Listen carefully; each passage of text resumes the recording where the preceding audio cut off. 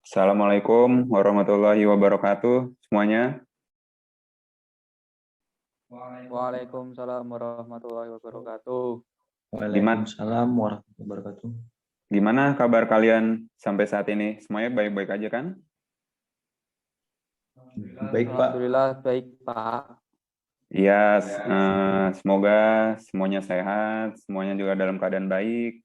Ya, sebelum kita mulai pada kelas hari ini, mari kita berdoa terlebih dahulu. Berdoa dimulai.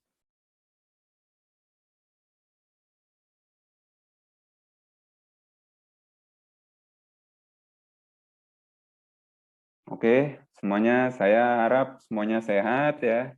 Jaga pola makan, istirahat yang cukup juga karena kan saat ini juga cuaca sedang tidak bersahabat, sedang lagi panas, terus tiba-tiba juga terjadi hujan, apalagi juga sekarang kan masih suasana pandemi COVID ya. Kalau tidak berkepentingan jangan keluar. Oke, pada pertemuan kali ini kita akan membahas tentang penyebab kecelakaan kerja konstruksi. Di sini sebelum saya share screen, di sini ada yang sudah tahu bagaimana kecelakaan kerja konstruksi bisa terjadi? Oke. Kurang tahu, Belum Pak. tahu, Pak. Oke, kalau gitu saya jelaskan di sini ya. Sebentar, saya coba share screen dulu.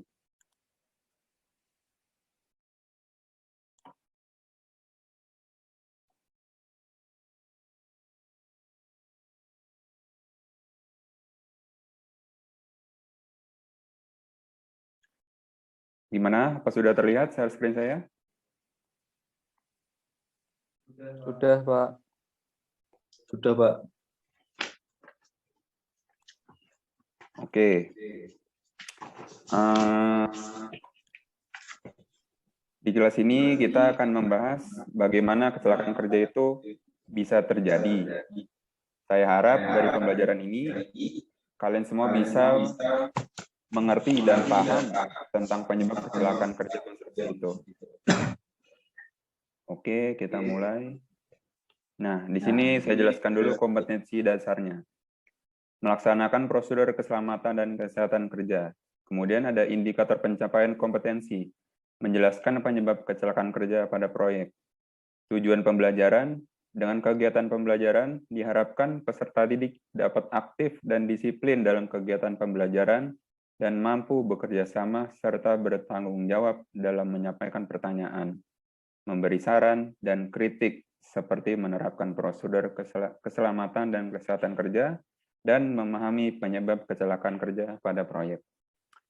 Kemudian ada materi pembelajaran. Yang pertama, menyampaikan penyebab kecelakaan kerja pada konstruksi. Yang kedua, menyampaikan usaha pencegahan kecelakaan kerja pada konstruksi. Nah, pendekatan model dan metode. Di sini menggunakan pendekatan scientific learning. Model atau strateginya discovery learning, dan metodenya ceramah, diskusi, tanggung jawab, dan penugasan. Nah, di sini pengertian K3. Pengertian kecelakaan menurut Henzi tahun 1977 adalah kejadian yang tidak direncanakan, tidak diduga, tidak diharapkan, serta tidak ada unsur kesengajaan. Sedangkan menurut Al-Mohawis tahun 1994, pengertian keselamatan konstruksi adalah penyelesaian proyek tanpa kecelakaan. Nah, menurut Rawlinson, kecelakaan itu adalah kejadian yang tidak direncanakan, tak terkontrol, yang dapat menyebabkan atau mengakibatkan luka-luka pada pekerja, kerusakan pada peralatan, dan kerugian lainnya. Kemudian, nah, di sini kalian bisa lihat sendiri ya, para pekerja yang tidak sesuai dengan prosedur mereka, seperti tidak memakai rompi, seperti tidak menggunakan pengaman yang sudah disediakan, kemudian juga ceroboh. Nah, kalian bisa lihat sendiri ya, ada yang membuang peralatan dari atas, asal saja tidak melihat ke bawah, kemudian juga banyak sekali yang tidak memakai rompi. Padahal di sini peran rompi itu sangat penting sekali loh. Fungsinya kan rompi untuk mengingatkan atau memberitahu bahwa ada pekerja yang sedang bekerja di dalam proyek itu. Terus juga ada yang bahkan sedang merokok di samping bahan bakar. Nah, itu sangat-sangat bahaya ya. Ada juga tuh ada pada para pekerja yang tidak menggunakan sarung tangan saat bekerja dan lain sebagainya. Nah, di sini kalian bisa lihat sendiri.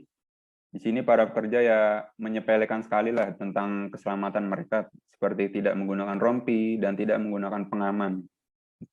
Kalian bisa lihat sendiri. Di sini sangat bahaya jika mereka bisa jatuh ke bawah. Karena kan ini ketinggian yang bukan 1 meter 2 meter ini, sangat tinggi ini, seperti pekerjaan gedung. Nah, disinilah pentingnya scaffolding untuk para pekerja. Di slide sebelumnya mereka scaffolding ya menggunakan scaffolding seadanya, tidak menggunakan scaffolding dengan standar yang sudah ditentukan. Nah, disinilah gunanya scaffolding. Jadi, jikalau ada para pekerja atau kuli-kuli yang sedang bekerja, tiba-tiba terjatuh, nah di sini sudah diberikan pengaman. Nah, kalian bisa lihat nih, pengamannya sudah memenuhi standar yang sudah ditentukan oleh undang-undang. Nah, di sini juga safety deck juga bisa untuk mengamankan para pekerja atau bahkan jika terjadi barang-barang yang jatuh, ini bisa digunakan safety deck. Ya, kalian bisa lihat bentuknya yang lebar, juga sangat kokoh jika ada terjadi para pekerja atau barang-barang yang terjatuh. Nah, di sini ada guard railing juga. Nah, ini berfungsi sebagai untuk pengaman agar para pekerja atau bahkan anak-anak magang atau bahkan PKL yang melewati daerah ini pun diberi batas agar tidak melewati daerah yang sudah ditentukan. Nah, di sini sudah dijelaskan dasar hukumnya seperti Undang-Undang Nomor 2 Tahun 2017 tentang Jasa Konstruksi, Peraturan Pemerintah Nomor 50 Tahun 2012 tentang penerapan sistem manajemen keselamatan dan kesehatan kerja, Peraturan Presiden Nomor 16 Tahun 2018 tentang pemilihan penyedia barang atau jasa, dan Permen PU Nomor 5 Tahun 2014, serta Surat Edaran Menteri PU Nomor 66 2015 tentang biaya penyelenggaraan SMK 3 konstruksi bidang pekerjaan umum. Nah, di sini kalian bisa lihat amanat keamanan, keselamatan, kesehatan, dan keberlanjutan konstruksi dalam undang-undang. Kalian bisa lihat penyelenggaraan jasa konstruksi berdasarkan asas keamanan dan keselamatan. Penyelenggaraan jasa konstruksi bertujuan untuk menata sistem jasa konstruksi yang mewujudkan keselamatan publik dan kenyamanan lingkungan terbangun. Nah, pengguna dan penyedia jasa wajib memenuhi standar K3 dan keberlanjutan meliputi standar. Yang pertama, ada mutu bahan. Yang kedua, ada mutu peralatan. Yang ketiga, ada keselamatan dan kesehatan kerja. Yang keempat, ada prosedur pelaksanaan jasa konstruksi. Yang kelima ada mutu produk, yang keenam ada operation dan maintenance, yang selanjutnya ada perlindungan sosial tenaga kerja, dan yang terakhir ada pengelolaan lingkungan hidup. Nah, di sini apa sih sumber-sumber kecelakaan kerja? Nah, sumber-sumber kecelakaan kerja itu terbesar itu faktor manusia. Hampir 80% kecelakaan kerja itu disebabkan oleh manusianya itu sendiri, pekerjanya itu sendiri. Yang pertama, pengetahuan dan keterampilan kurang memadai. Terkadang para kontraktor pun atau para kuli yang ingin mendaftar pekerjaan pada proyek pun tidak mementingkan pengetahuan.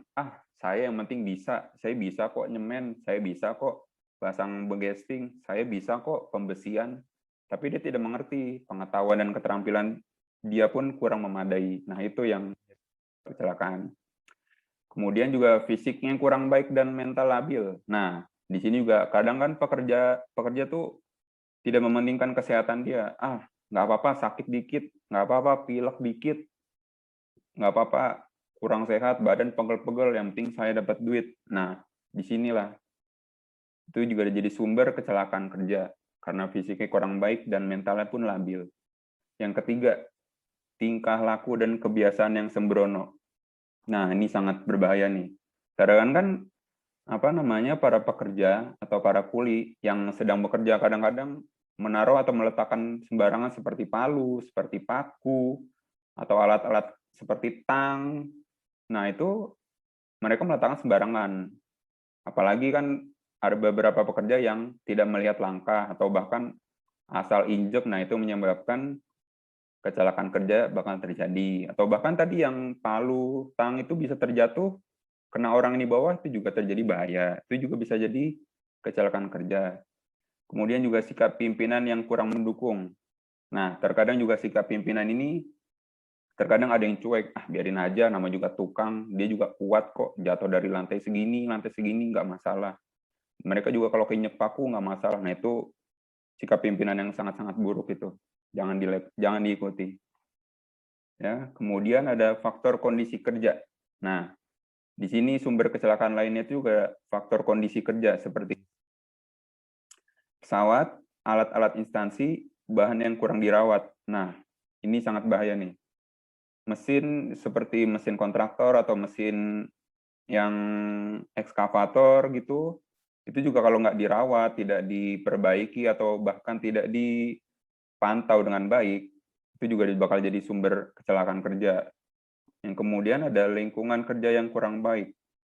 Ini terkadang lingkungannya juga harus dijaga. Makanya kan setiap para pekerja atau di tempat-tempat proyek pasti digunakan atau diadakan satpam atau para penjaga agar tidak terjadi hal-hal yang tidak diinginkan, seperti ada yang kehilangan barang, kehilangan alat-alat, dan lain sebagainya. Nah, juga ada sifat pekerjaan yang monoton. Nah, ini sifat pekerjaan ini harus semua bidang pekerja tuh harus bisa semuanya. Seperti pemasangan begesting, itu juga harus diberlakukan para pekerja yang lainnya, harus bisa juga. Kemudian yang keempat ada cara kerja yang kurang disiplin. Nah, ini juga bahaya nih.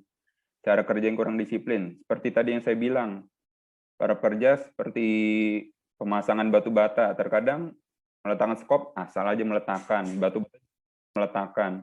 Seharusnya kan itu dibereskan ketika sudah selesai, dibereskan, jangan asal geletak. Nah, itu juga jadi bahaya. Apalagi takutnya ada orang lewat atau orang apa yang keinjek. Nah, itu bisa jadi kecelakaan kerja.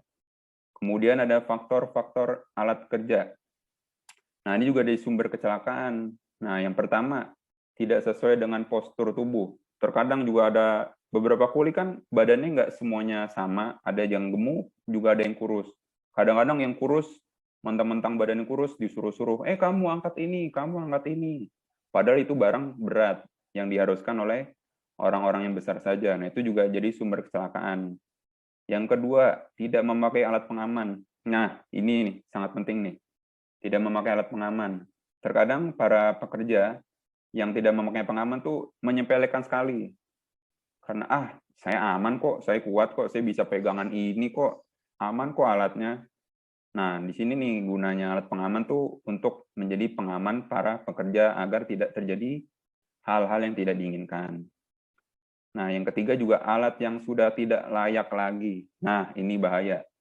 Seperti tadi yang saya bilang sebelumnya, alat-alatnya seperti ekskavator, atau yang lebih besar lagi tower crane atau mini crane. Nah, ini kalau alatnya sudah tidak layak lagi, jika digunakan itu akan sangat-sangat berbahaya, seperti tower crane yang tidak layak lagi digunakan, atau bahkan tower crane ketika tower crane itu mengangkat sesuatu, terus memindahkan barang yang berat, ketika tower crane-nya tidak kuat, dia bakal menjatuhkan barang yang sudah diangkat, dan bahkan bisa melukai para pekerja yang di bawah. Nah, ini sangat-sangat bahaya nih.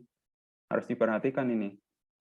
Kemudian yang keempat ada meletakkan atau menyimpan alat yang tidak pada tempatnya. Nah, saya sudah bilang sebelumnya, ketika para pekerja yang sembrono meletakkan alat seperti palu, tang, dan lain sebagainya itu jangan asal meletakkan yang tidak pada tempatnya. Harus meletakkan pada tempat seperti kotak khusus yang sudah disiapkan. Nah, ini nih yang tidak pernah pada tempatnya ini, sembrono, asal ntar kalau kinyak orang atau bahkan tangnya terjatuh, palunya terjatuh karena kepala orang, nah itu sangat-sangat bahaya itu.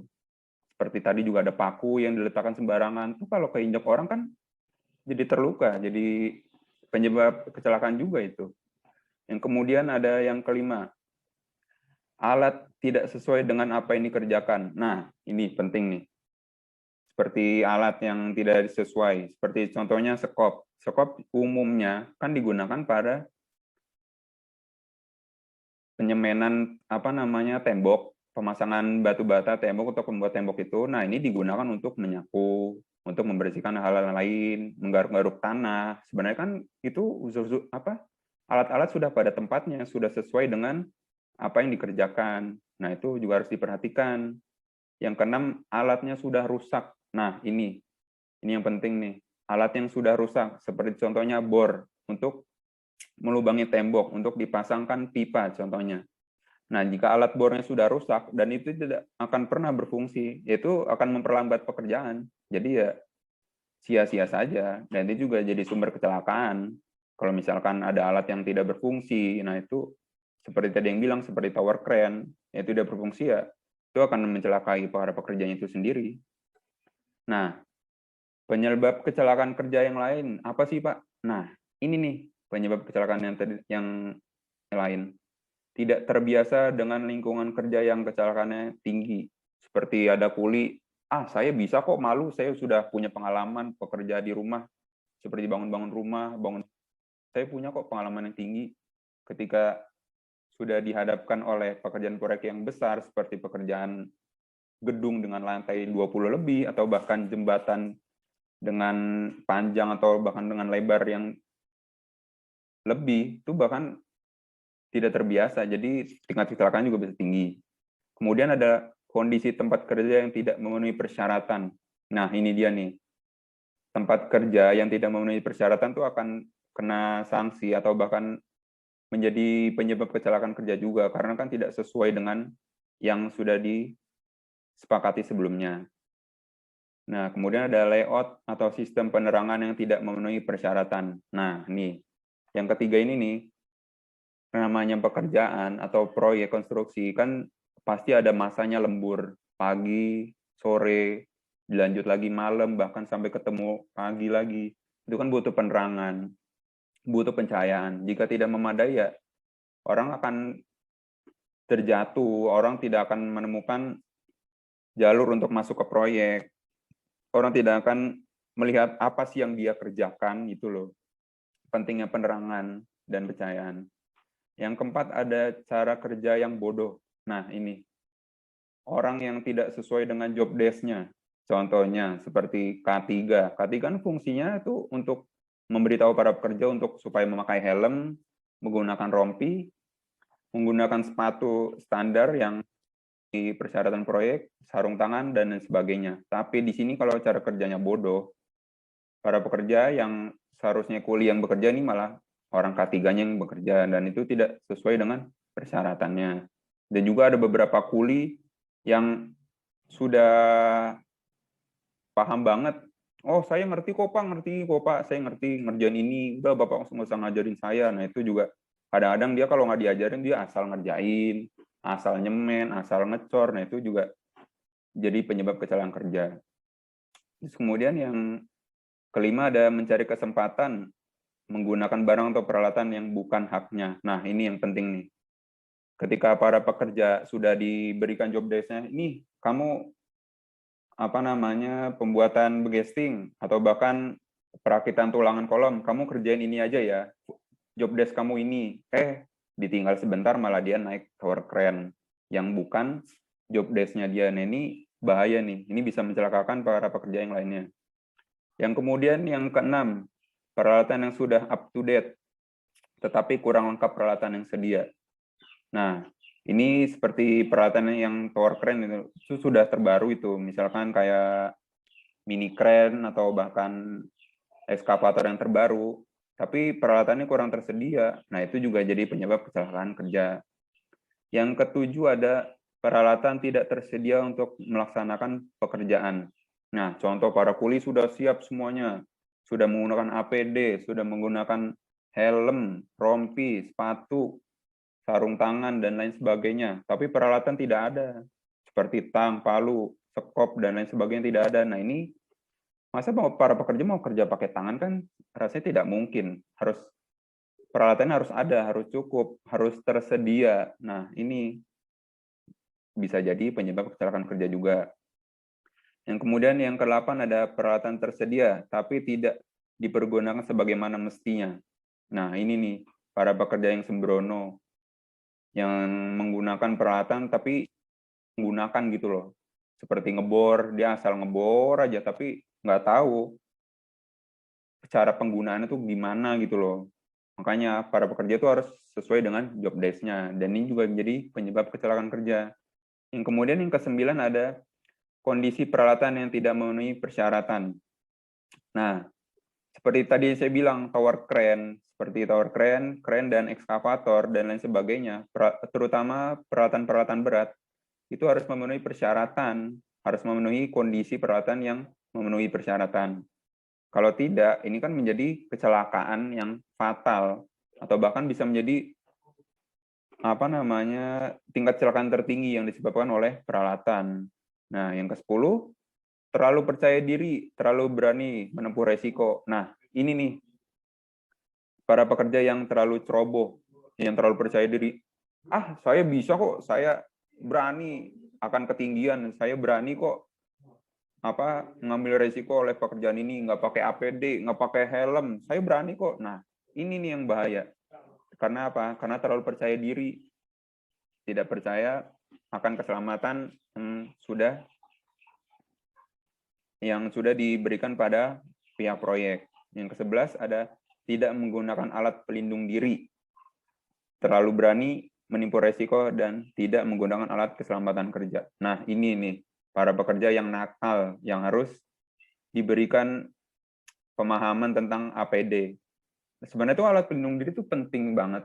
Ya, untuk tadi yang seperti helm, agar tidak terjadi barang yang terjatuh dari atas.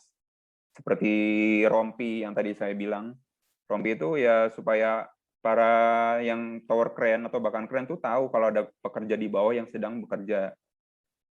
Nah, inilah fungsinya APD di sini tuh untuk meminimalisir penyebab kecelakaan kerja. Yang terakhir, kondisi fisik pekerja yang sedang lemah. Nah, ini nih. Terkadang kondisi fisik para pekerja itu perlu. Makanya harus benar-benar fit, harus benar-benar sehat kondisi fisiknya. Tidak boleh dalam keadaan sakit atau bahkan badan pegel-pegel dipaksain kerja. Nah, itu sangat-sangat bahaya itu. Itu bisa terganggu para pekerjanya itu. Nah, ini ada rencana aksi K3 Kementerian PUPR. Seperti yang pertama itu memenuhi ketentuan keselamatan dan kesehatan kerja konstruksi.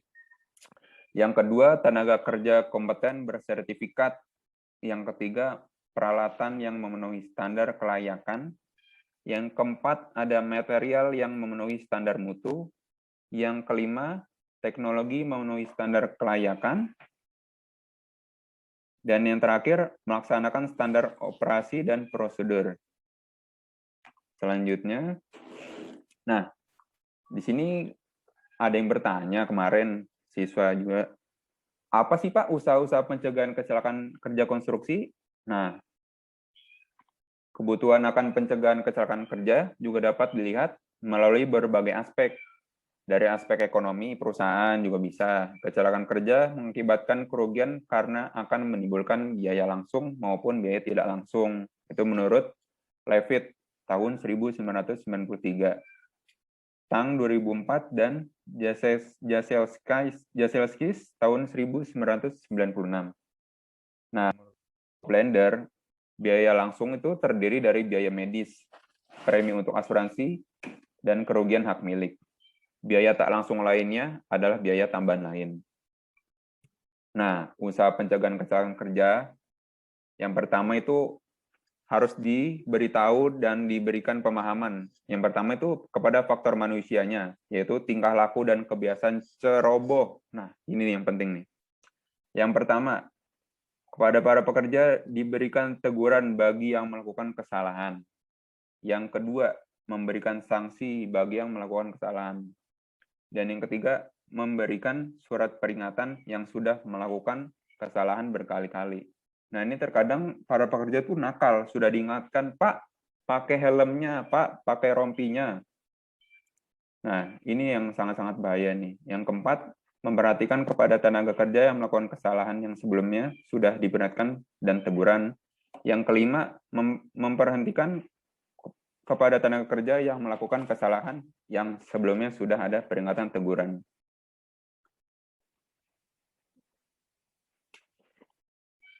Sebentar.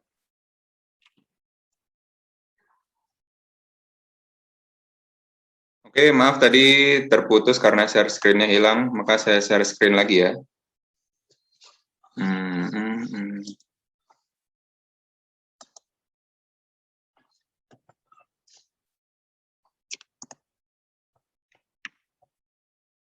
Tadi sampai di sini. Nah, saya lanjutkan ya. Maaf ya tadi soal share screen-nya hilang. Oke, saya lanjutkan usaha pencegahan kecelakaan kerja konstruksi. Yang pertama itu ada faktor alat-alat kerja dengan indikator, yaitu pemeliharaan serta inspeksi terhadap peralatan yang buruk. Yang pertama ada melakukan perawatan dan pengujian peralatan secara berkala. Yang kedua adalah mengadakan supervisi peralatan. Yang ketiga, pengecekan peralatan ketika akan digunakan. Yang keempat, melakukan instruksi kerja penggunaan alat. Yang kelima, mengganti peralatan yang sudah tidak layak digunakan. Usaha-usaha pencegahan lainnya itu ada pada faktor kondisi kerja, yaitu cara kerja yang kurang disiplin yang saya bilang sebelumnya tadi. Yang pertama ada melakukan rapat koordinasi secara rutin. Yang kedua, membuat rencana safety patrol. Yang ketiga, menentukan prosedur kerja. Yang keempat, melakukan supervisi pekerjaan. Oke, pada kelas kali ini, apakah ada yang ingin bertanya tentang materi pada hari ini?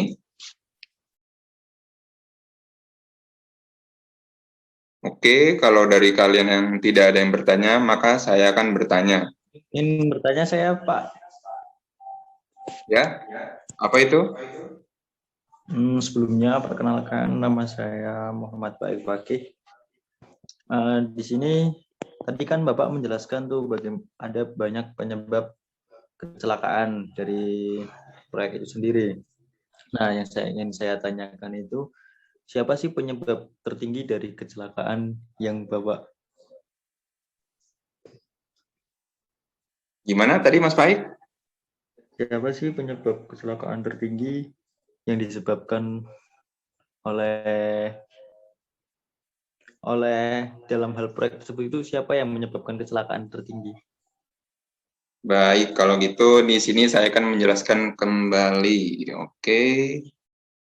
Sumber-sumber kecelakaan kerja tertinggi itu terdapat di faktor manusianya. Nah, di sini kalian bisa lihat sampai 80% faktor manusia itu terbesar ya untuk menjadi sumber kecelakaan kerja. Yang pertama itu tadi pengetahuan dan keterampilan yang kurang memadai. Yang kedua, fisik kurang baik dan mental labil. Yang ketiga, tingkah laku dan kebiasaan yang sembrono. Yang keempat, sikap pimpinan yang kurang mendukung. Nah, di sini nih ada 4 nih sikap-sikapnya yang menjadi faktor utama yaitu oleh manusia itu sendiri. Oke, sudah paham, Mas Faik?